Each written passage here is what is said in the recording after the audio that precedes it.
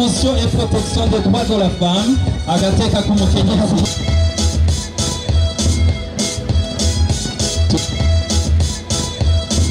Mardi le 29 novembre 2022 au stade des Buhiga de la province Karoussi et sur le thème « Ensemble, activons-nous pour un monde sans violence basé sur le genre », le Burundi a officiellement lancé la campagne de 16 jours d'activisme contre les violences faites aux femmes et aux filles. Sur le financement du programme Vlirios et sur l'initiative du ministère ayant la solidarité dans ses attributions, le programme Women's Rights Awareness and Protection, WRIP en sigle, s'est associé aux associations engagées dans cette lutte contre les violences de tout ordre. L'édition était rehaussée par le vice-président de la République du Burundi. La participation à ce lancement est une grande satisfaction partagée par le membre du projet WRIP et c'est une bonne occasion de se connecter aux autres défenseurs des droits de la femme. Nous avions envoyé parmi l'équipe, il y avait des étudiantes et étudiants et il y avait aussi des travailleurs de l'Université du Burundi. Puisque la question de lutte contre les VBG, c'est une question qui doit mobiliser tout le monde. Il y en a peut-être qui pourraient se poser la question pourquoi vous envoyez également les étudiants alors que c'est une activité que certains gens considèrent comme réservée seulement aux femmes. Non, moi je dis non, puisque ces violences basées sur le genre, souvent les auteurs, ce sont les hommes. Il faut également les sensibiliser, les associer. Les jeunes gens, ce sont eux qui pourront même sensibiliser les adultes pour qu'on mette fin à ces violences. Voilà le rapport que j'ai eu et j'ai appris que les gens sur place, que ce soit même les autorités, ont été impressionnés par la participation de l'université. Ce n'est pas quelque chose d'habituel que le monde académique se joint à de telles activités. Et alors ça a été une bonne chose de montrer au public en général que les activités, surtout disons activités de recherche, ne se limitent pas dans les ancêtres de l'université, que ça ne restait pas, nos travaux ne restaient pas dans les bibliothèques, que plutôt il faut faire bénéficier ces travaux à la société en général. Bon, normalement, comme étant dans le même cercle avec d'autres organismes impliqués en matière de protection des droits de l'homme, nous avons été invités par le ministre ayant les droits de l'homme dans ses attributions. Comme il s'agit d'une activité qui met en avant la protection des droits de la personne humaine et plus particulièrement la protection des droits de la femme, c'est à cette occasion alors que, impliqué à la matière de protection des droits de l'homme, que nous avons été invités. C'est aussi le moment de faire état des lieux sur les conditions de la femme avec des avancées significatives par l'adoption des instruments internationaux, quoique mêlés de régression, d'où le gouvernement doit rester à l'avant-garde. Les activités de notre projet, c'est généralement la sensibilisation pour la promotion et la protection des droits de la femme. Et vous posez la question de savoir quel est l'état des lieux. Lorsque nous avons élaboré ce projet, nous avions constaté que, et d'ailleurs même les différentes réunions qui ont lieu montrent que parmi les causes à l'origine des VBG se trouve l'ignorance du cadre légal relatif aux droits de la femme. C'est par là que nous intervenons pour essayer de sensibiliser, de vulgariser les différentes lois, à commencer par la Constitution bien sûr, qui est la loi fondamentale, et les autres lois qui vont dans le sens de protéger les droits de la femme. Et vous dites quelles sont les conventions.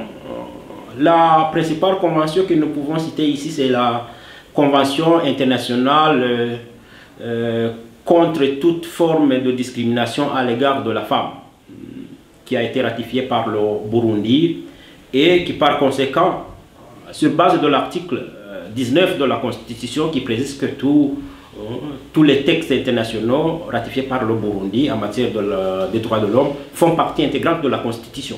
Donc même cette convention, par le biais de cet article-là, ça fait partie de la Constitution.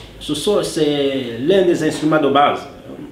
La Constitution, elle reprend, à part ces textes, elle reprend tous les droits de l'homme en général, et on précise aussi les droits de la femme. Et l'un des principes sur lesquels on peut se baser pour défendre les droits de la femme, c'est le principe de l'égalité, qui est consacré par d'ailleurs 2 dispositions au niveau de la Constitution. C'est l'article 13 et l'article 22 de la Constitution. Les 2 articles énoncent le principe de l'égalité. Les 2 articles prohibent toute forme de discrimination, que ce soit basée sur, ici comme nous parlons du genre, aucune discrimination ne peut être tolérée si elle est basée sur le genre ou même les autres critères qui sont précisés dans la Constitution. Bon, de ma part, je pense qu'il y a un pas franchi. Si on regarde des années passées, vraiment les femmes n'étaient pas sur le terrain, mais maintenant on voit que ça commence à venir quand même. Et sur les violences faites aux femmes et aux filles en général, je pense que beaucoup les causes c'est parce qu'elles ne connaissent pas leurs droits. Elles ne connaissent pas leurs droits et avec notre culture, c'est pas facile pour eux d'apprendre, de savoir leurs droits parce que beaucoup de choses se trouvent dans des textes, surtout en français, et même les intellectuels, les femmes intellectuelles qui sont en train de s'immerger dans les sociétés sont souvent dans les bureaux, ne vont pas sur le terrain pour sensibiliser les autres. Mais je pense avec tous ces projets, avec ce monde qui est en train de valoriser la femme et de voir sa place dans la société, on pense que ça va venir quand même. Je dirais par exemple les violences en soi dans les ménages. D'abord, ça c'est un défi parce qu'on a déjà observé même dans les textes légaux. Moi, si je vois une femme qui est en train d'être battue par son mari, je ne peux rien faire pour l'aider. C'est elle-même qui doit aller le faire. Donc ça c'est un défi majeur parce que c'est une infraction sur plainte. Alors que ça devrait être quelque chose dont tout le monde devrait se mettre debout pour combattre ça. Si je vois une femme qui est en train de se faire battre par son mari, je ne ferai rien pour l'aider, sauf elle-même. Ça me frustre, comme en tant que femme et aussi en tant que femme de droit. Donc ça c'est un autre défi. Pour question de consultance, c'est-à-dire qu'on va désigner des personnes qui puissent quand même œuvrer dans le même sens de mise en œuvre des droits de l'homme. Ce sont ces personnes-là à travers lesquelles on pourra voir si réellement eux aussi ils peuvent venir pour aider le Burundi, surtout en matière de la protection des droits de l'homme. Une appréciation globale sur la participation politique de la femme est dégagée et la mission principale du projet étant la promotion et la protection des droits de la femme. Il va s'impliquer dans le travail de consultance et plaidoirie pour gagner le pari.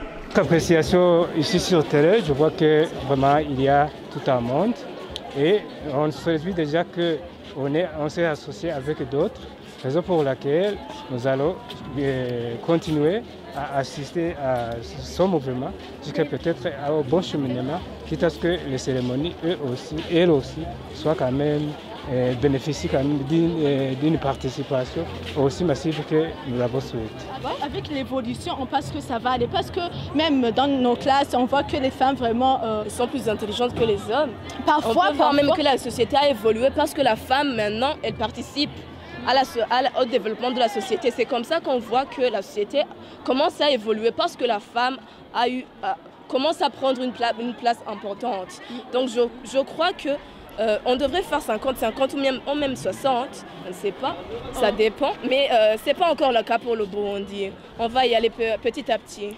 J'aimerais ajouter aussi au Burundi surtout, vraiment, oui, bon, 30 c'est pas suffisant, mais quand même avec le temps, on aura plus, je suis sûre. On aura plus. Et aussi, je voulais préciser cette chose, on voit au Burundi, même, tu vois, notre nouveau ombudsman, c'est une femme.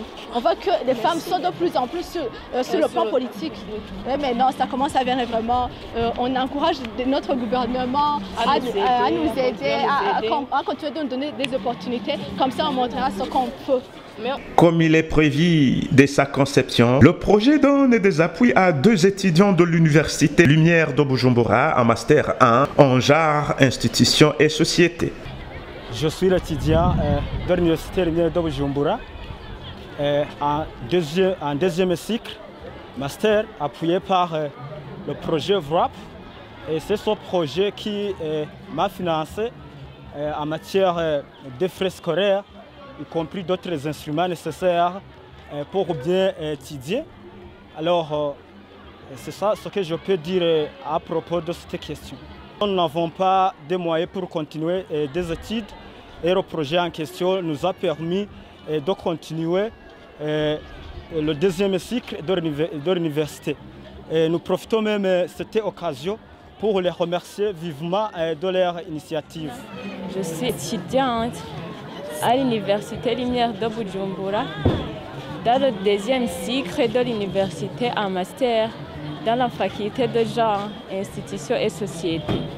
Je suis financée par le projet RAP. Le projet nous finance en tout ce qui concerne le domaine académique. Je peux dire les frais scolaires et tous les matériels qui concernent les études. Et je prends cette occasion pour les remercier de cette initiative parce que je dirais qu'on n'avait pas beaucoup de chance de continuer nos études, mais grâce à eux, nous avons eu la chance de continuer. Donc, je les remercie vivement. Ces étudiants bénéficiaires directs du projet nous ont partagé leurs perspectives de recherche de leurs travaux de mémoire de fin du cycle de master. Le projet va aider, va contribuer à sensibiliser les femmes à connaître leurs droits. Nous avons recherché donc comment les femmes doivent connaître leurs droits et même comment les femmes doivent chercher à se développer elles-mêmes, puisque nous avons constaté que les violences peut être même la cause de la pauvreté. C'est ça donc ce que nous préférons chercher pour que les femmes puissent elles aussi se développer. Le coordonnateur du projet WRIP reste confiant quant au partenariat qui est déjà établi et d'autres qui restent à contacter. Ici, je vais vous parler d'abord des partenaires que nous avons déjà contactés et qui sont prêts à collaborer avec le projet. Mais aussi, je vais parler des partenaires potentiels. Ça signifie les partenaires qui interviennent dans le secteur de la promotion et de la protection des droits de la femme, mais que nous n'avons pas encore contactés, mais que nous l'espérons bien pourront accepter de collaborer avec nous. D'abord, l'association des femmes juristes du Burundi. Nous avons déjà commencé à travailler avec cette association. D'ailleurs, pas plus tard qu'hier, nous avons participé à une table ronde qui avait été organisée par la délégation de l'Union européenne et les organisations comme l'association des femmes et juristes du Burundi. Il y a une association une organisation qui s'appelle AVSI, il y a Kazoza, il y a aussi Terre des Hommes, et le projet avait aussi co-organisé l'activité. Et nous avons été informés de cette activité par l'association des femmes et juristes du Burundi, et elle a contribué pour que nous soyons associés à l'organisation de l'activité. Vous comprenez par là qu'avec cette association-là, nous sommes déjà sur terrain ensemble. Il y a également le Forum national des femmes. Nous avons contacté la présidente et la vice-présidente du forum. et ils ont montré leur volonté à collaborer avec notre projet. Et d'ailleurs, ils ont même participé, le bureau national a participé au lancement de ce projet. C'était le 19 octobre de cette année-ci. Et autre partenaire incontournable, c'est le ministère ayant le genre dans ses attributions, aussi la Commission nationale indépendante des droits de l'homme.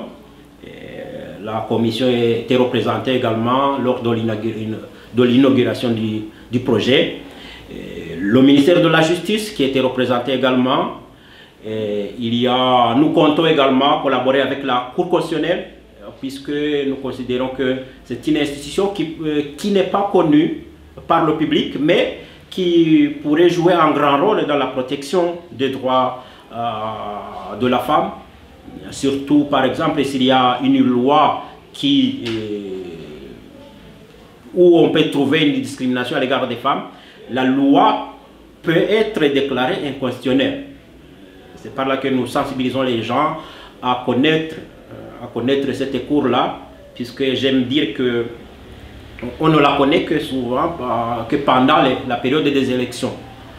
Sinon, on ignore les autres compétences de la Cour, alors qu'elle a des compétences très importantes en matière de protection des droits de l'homme en général, des droits de la femme en particulier. Les autres organisations avec lesquelles nous sommes en contact, il y a une organisation appelée l'ADEC, qui intervient surtout en matière foncière. Et lorsque l'équipe que j'ai envoyée à Karoussi pour le lancement de la campagne de ces jours d'activisme contre les violences basées sur le genre, elle a pu contacter certaines organisations, dont par exemple Réseau Burundi 2000. Là aussi, c'est une organisation qui œuvre sur terrain et qui a exprimé sa volonté à collaborer avec le projet. Et nous allons également contacter d'autres organisations, que ce soit des organisations féminines ou même des organisations qui interviennent de façon générale dans la protection des droits de l'homme.